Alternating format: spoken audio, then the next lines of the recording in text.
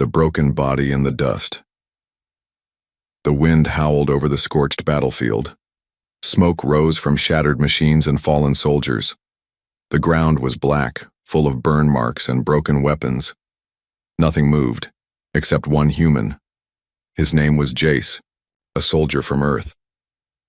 He walked slowly through the dust, scanning the ruins with tired eyes. His suit was scratched, his helmet dented, and his arm was bleeding under the armor. But he didn't stop. He was looking for survivors. Most of the human team had pulled out hours ago, but something inside Jace told him to stay. A sound, a feeling, a whisper in the wind. He stepped over a collapsed alien tank and paused. There, a faint sound. It wasn't metal or fire. It was a breath, weak, ragged. He followed the sound to a pile of rubble near a cracked wall. A part of a flag hung there, torn in two, half alien, half human. A strange sign. Jace knelt down and began to move the broken pieces. Then he froze. Under the rubble was a girl, not human.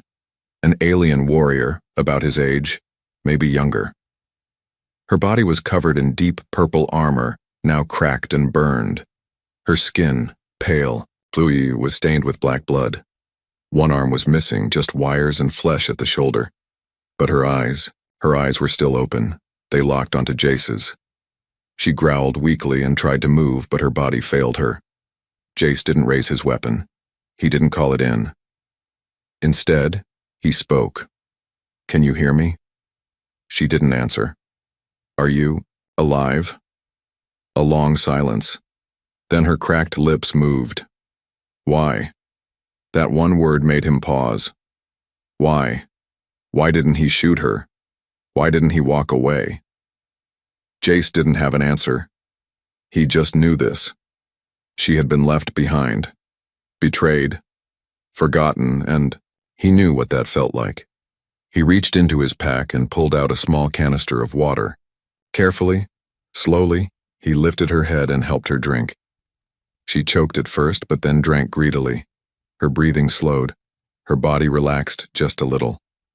Then, her eyes closed. Jace checked her pulse. Faint, but still there. "I'm not leaving, you," he said quietly. He lifted her broken body into his arms. She was heavier than she looked, metal plates and combat gear weighing her down, but he didn't stop. The sun was setting fast. If he waited too long, the enemy would return, or the scavengers would come.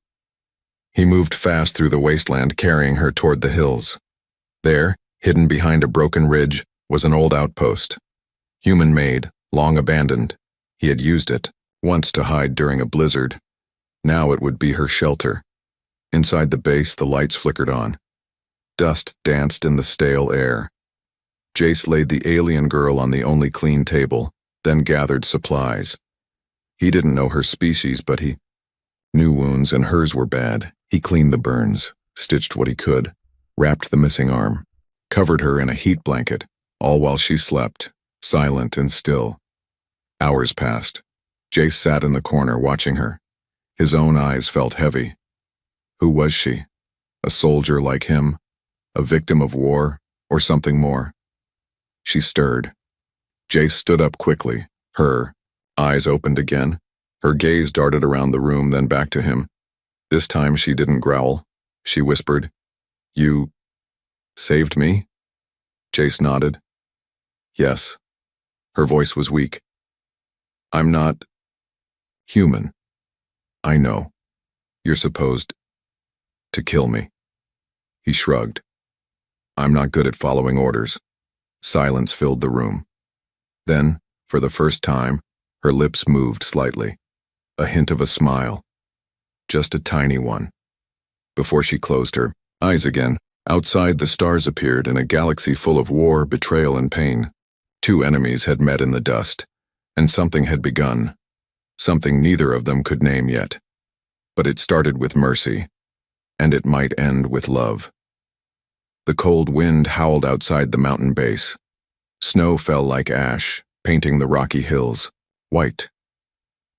Inside the hidden shelter, the air was warm but tense. Sorali opened her eyes again. For a moment, she forgot where she was.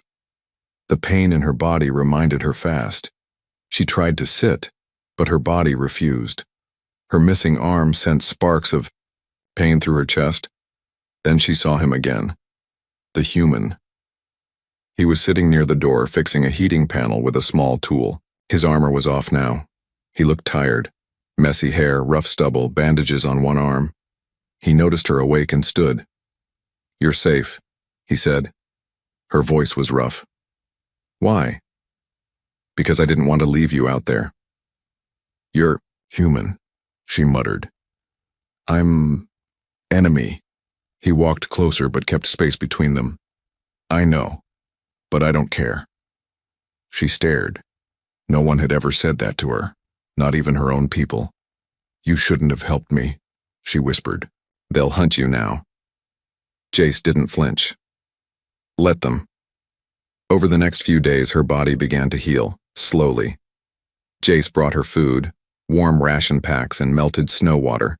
She never asked for help, but he gave it anyway. She hated feeling weak, hated that he saw her like this.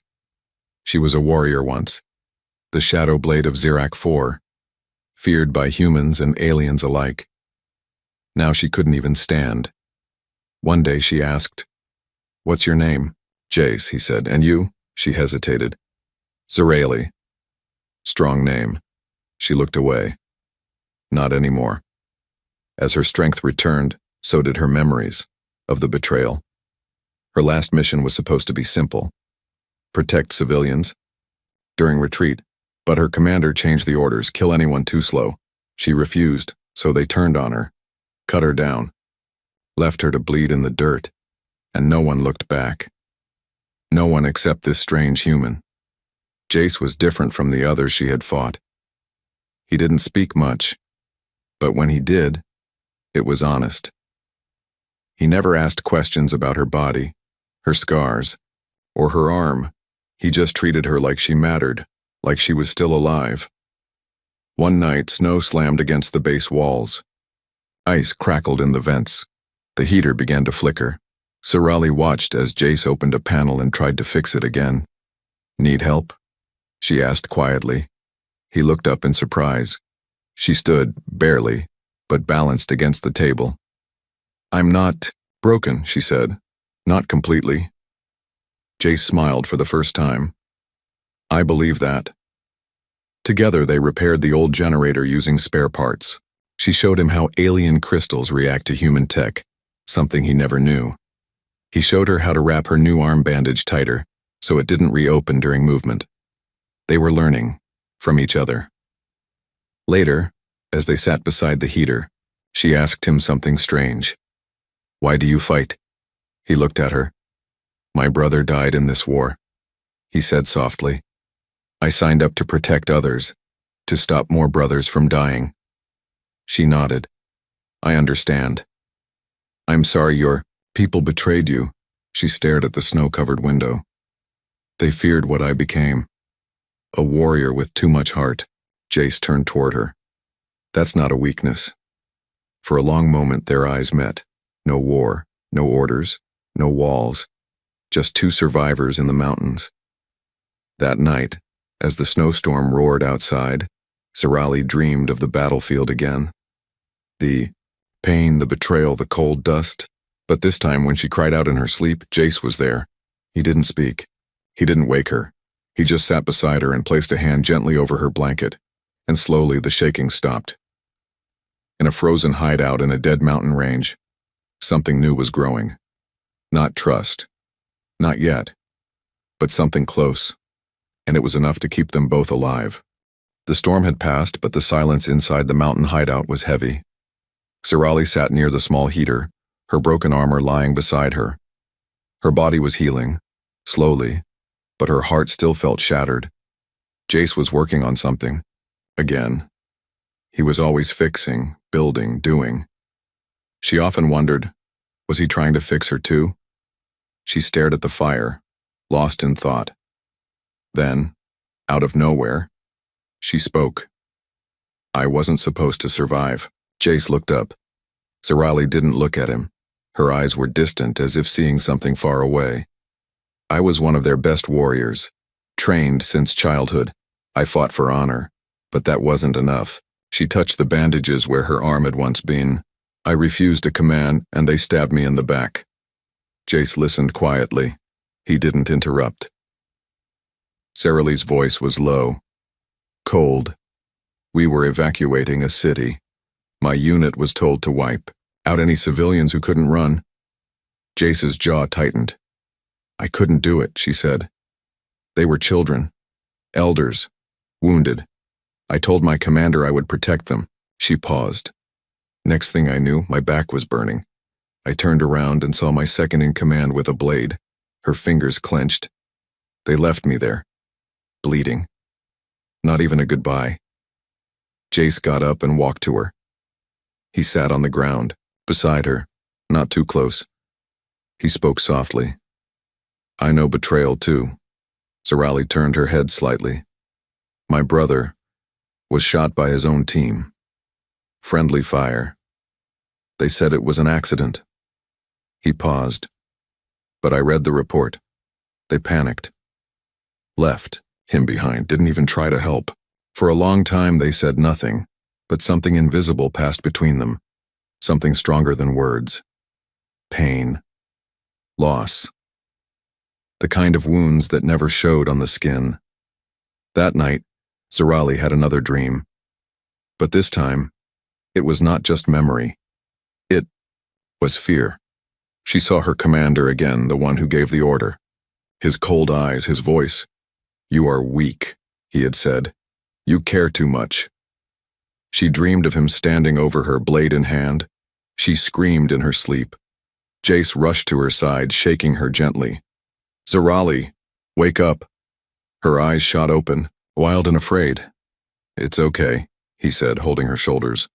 It was just a dream. She gasped for air. Her body was shaking, but Jace didn't let go. He didn't move. He just stayed there, until her breathing slowed, until her tears stopped. I hate being this way, she whispered. What way? Broken. Jace gave a small, tired smile. We're both broken. That's why we fit. The next day, the snow melted just a little outside. They sat by the window, watching the white landscape. Do you think your people are still looking for you? Jace asked. Zarali didn't answer at first. Then she said, They won't care unless I'm useful. Jace frowned. They lost something powerful. She looked at him. You really believe that? He nodded. You're strong. You survived what they couldn't. She studied his face. There was no pity in his eyes, only respect. For the first time in weeks, Zarali felt something strange. Not anger, not fear, hope, not for war, not for revenge, but for herself, for her future. Maybe, just maybe, she wasn't lost. Not anymore. It had been 10 days since Jace found Zarali on the battlefield. The snow outside had begun to melt, just enough to reveal dry rock beneath. But with the melting came danger. Scouts, drones, trackers. Both sides were searching for signs of survivors. Inside the hidden mountain shelter, something had changed. Zarali was stronger now. Her steps were steady, her eyes sharper. She had made herself a new shoulder plate from broken metal and wires. She refused to wear armor, though, not until she felt she had earned it again. Jace watched her from across the room. She moved like a soldier again. But sometimes he caught her staring out the window, quiet and distant. That morning she stood there longer than usual. What do you see? Jace asked. She didn't speak at first. Then, smoke. They climbed higher to the cliff ledge above the base. Zarali pointed across the valley. Thin trails of black smoke rose in the sky, too thin to be fire. Signal flares, she said, her voice serious. Recon drones. Jace pulled out a small scanner. The screen flickered, then flashed red. Unregistered life forms. 4 of them. Moving fast. Patrol, he said. Could be yours. Could be mine. Zarali looked at him sharply. Either way, they'll kill us both. They rushed back inside the shelter. Zarali grabbed the small bag they had packed for emergencies, rations, tools, maps. Jace pulled down 2 weapons from the wall, 1 human rifle, 1 alien blade. He handed the blade to Zarali. She looked at it but didn't take it. I'm not ready, she whispered. Jace placed it on the table. You survived betrayal. You faced death. If you're not ready, no one ever is. Her fingers wrapped around the blade slowly. It fit her grip, like it remembered her. The day passed in silence. They watched from the shadows. The patrol never entered the valley, but they circled it again and again, closer each time. By nightfall, it was clear they were searching for something specific. Maybe for the human who disappeared after the battle. Maybe for the alien girl who didn't die as ordered. Maybe for both. Zarali paced the room. We have to move, she said. Jace nodded. North path? She shook her head. Blocked by landslides. There's only one way. Through the canyon. His face tensed. That's open ground, no cover. I know. They looked at each other. No words needed. They were not ready to die here. Not now. Not together. That night, as they packed, Jace noticed Zarali had changed. Her walk was silent. Her mind focused. But it wasn't just survival anymore, it was purpose. He walked beside her as she studied the path on the digital map. You okay? He asked. She looked up. No. Then, after a pause, but I'm better. Suddenly, a sharp, buzzing sound filled the air. Jace turned. The motion alarm was blinking. Something had crossed the outer sensor. Movement, he said. Close. Zarali grabbed the blade and crouched near the door. Footsteps. Metal on rock. Then a voice. Robotic. Cold. Surrender the traitor and the human. Jace peeked through the slit in the wall. 3 figures. Black armor.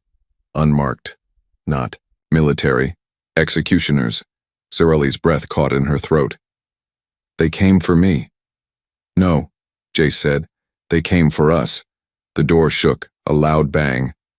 Then another. We're out of time, Jace whispered.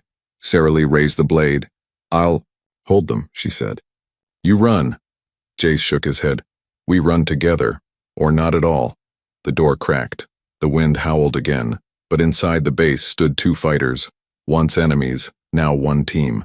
The hunters had no idea what waited behind that door. Not a broken girl, not a lone human, but a warrior reborn, and the man who gave her back her fire. The metal door shook again. Louder now. Zarali stood with her back straight, blade in hand, her breath calm. Jace checked his rifle's charge level, fingers steady, even as the wind outside screamed through the cracks. 3 attackers, he whispered, maybe more behind them. They won't stop until one of us is dead, Zarali replied. He nodded once.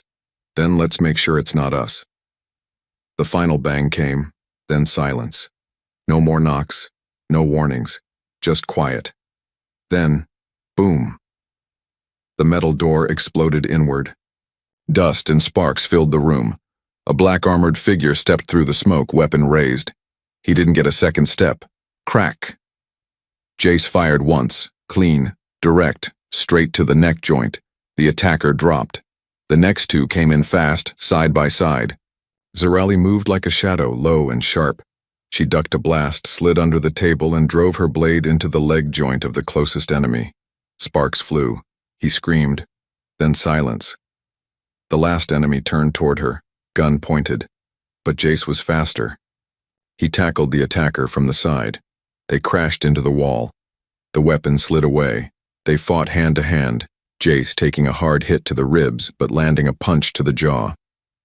Zarali limped toward them. Her wound had opened again. Blood dripped.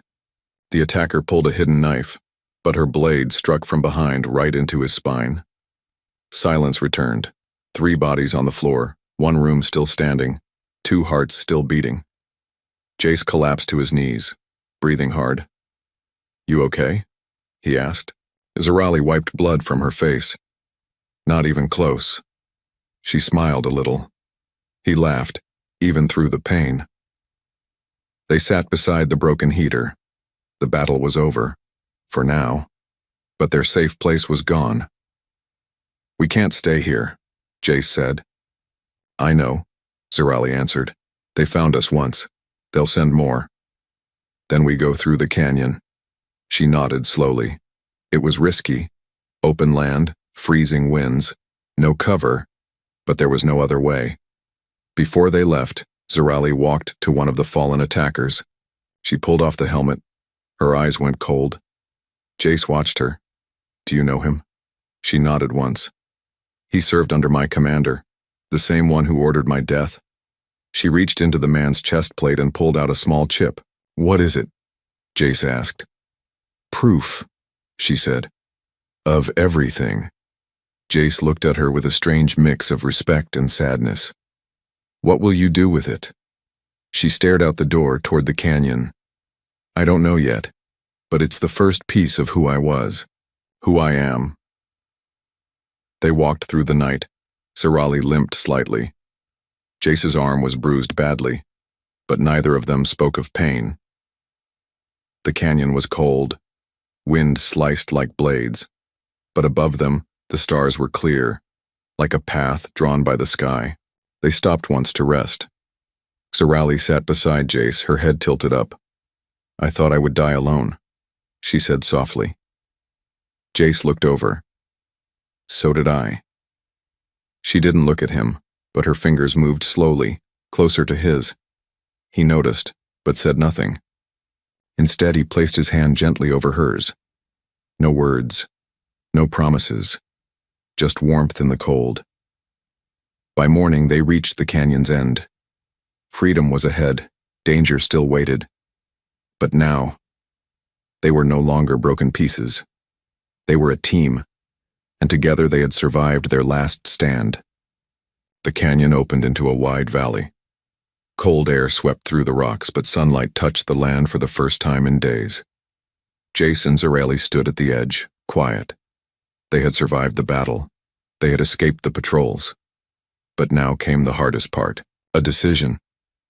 Jace's communicator beeped, loud and clear. He pulled it from his pack. The signal was strong again, now that they were out of the dead zone. "Command to Jace Mercer. We have your location. Report status." Zarali froze. She took a slow step back, eyes guarded. "They found you." He looked at her. "They found us." She shook her head. "They won't want me." Jace didn't answer. He stepped aside and answered the call. "This is Jace," he said. A familiar voice came through. "Commander Brill." Cold sharp. "Jace, we expected you dead. Are you injured?" "No, I'm alive. I have news." There was a pause. Then, "Go on." Jace glanced at Zarali. "I found something. Someone," he said. "An alien survivor. Female. Injured. A former warrior." The line was silent for a long time. Then, "Was she hostile?" "She was betrayed by her own. Left to die. She saved my life." Another long pause.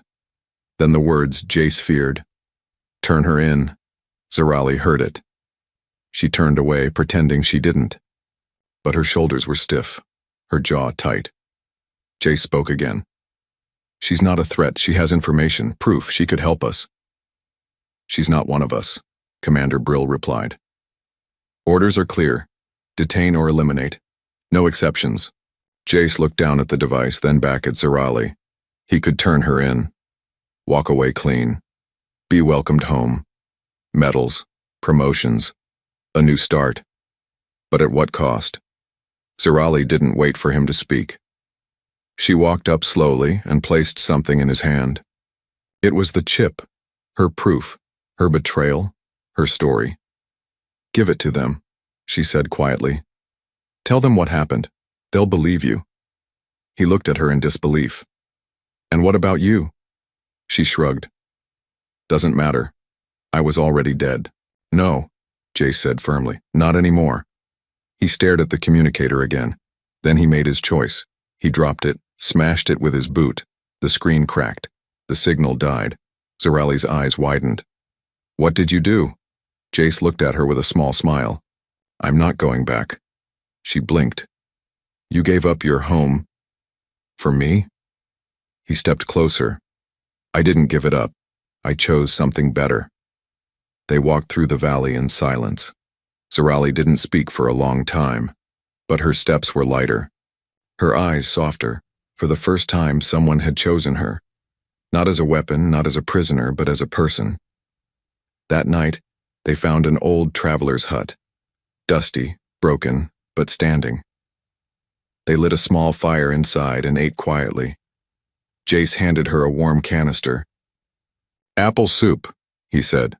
"Not great, but edible." She took a sip, her face twisted. "Tastes like tree bark." He laughed. She laughed too, a dry, rare sound, but real. Later, as the fire cracked softly, she asked, "Do you regret it?" He looked at her. "No, I do." He blinked. She looked into the flames. "Not because you stayed, but because now I want you to stay forever." Jace's voice was quiet. "Then maybe I will." The hut creaked in the wind, but inside it was warm. Two warriors sat side by side, no longer enemies, no longer alone. Just two souls choosing each other over everything else. The sun rose slowly over the valley. Soft light touched the hills, melting the last snow. Birds circled quietly above. A new day had begun. Not a day of war, not a day of running. Just peace. Inside the small hut, Zarali opened her eyes. For the Kiao, first time in weeks, she wasn't afraid of waking up. She wasn't bleeding, she wasn't hiding, and she wasn't alone. Jace was already outside, repairing the old roof with scrap metal and wood. He looked up as she stepped into the light. "You slept well," he said, smiling. She nodded. "I didn't dream of fire this time." He passed her a piece of bread. "Then we're making progress." She took a bite and sat beside him. For a while, they just watched the morning sky. No words. No rush. Later, they walked together, exploring the area around the valley. They found a clean stream, fruit trees, even small animals that weren't afraid of them. This place was abandoned. "Years ago," Jace said. "Old maps call it Peace Hollow." Zarali looked around. A fitting name. They decided to stay, not for a day, not for a week, but for good. Days turned into weeks. They worked side by side, fixing the shelter, planting seeds, building walls from stone. Jace built her a new arm. Not a weapon, but a tool. Lighter, cleaner, flexible. She painted it herself with marks from her homeworld. "I thought you hated your past," Jace said. "I did," she replied. "But you helped me take the good pieces with me." One evening, Jace returned from hunting with a small animal slung over his shoulder. As he entered the hut, he froze. Zarali had rearranged everything. Blankets neatly folded. Tools hung on the wall. A small, flickering lantern placed on a handmade table. "What's this?" he asked, smiling. "A home," she said softly. He dropped the meat and looked at her. She hesitated, then added, "For both of us, if you still want that." Jace stepped closer. "I wanted that since the moment you called this place safe." That night they sat close beside the fire. Zarali wore a loose jacket Jace had given her, too big for her but warm. Jace reached into his bag and pulled something out. A simple necklace, made from old rifle wire and a shiny river stone. "For you," he said. She blinked. "Why?" He shrugged. "Because you don't belong to war anymore." She touched the necklace gently. "I never belonged to anything. Until now." The wind howled softly outside, but the fire crackled strong. Within, Zarali leaned her head against his shoulder. Jace didn't move. They didn't talk about the past anymore. They didn't have to. It was still there, but it no longer owned them. Spring came to Peace Hollow. Green returned to the hills. Their garden grew strong, and so did their bond. One quiet. Morning. Zarali stood by the stream, watching fish swim below. Jace walked up behind her and said, "There's something I need to say." She turned. He held her hand gently and said, I don't care what galaxy we're from or what we were before. I just know this. When I found you, I found something I didn't know I was missing." Zirali blinked fast. No one had ever said something like that to her. Ever. She smiled, not with pain, not with sadness, but with hope. "I was left for dead," she whispered. "And you gave me life." They stood there, hands together, under the morning sun, not as alien and human, not as warrior and soldier, but as two hearts that survived the darkness and found each other in the light.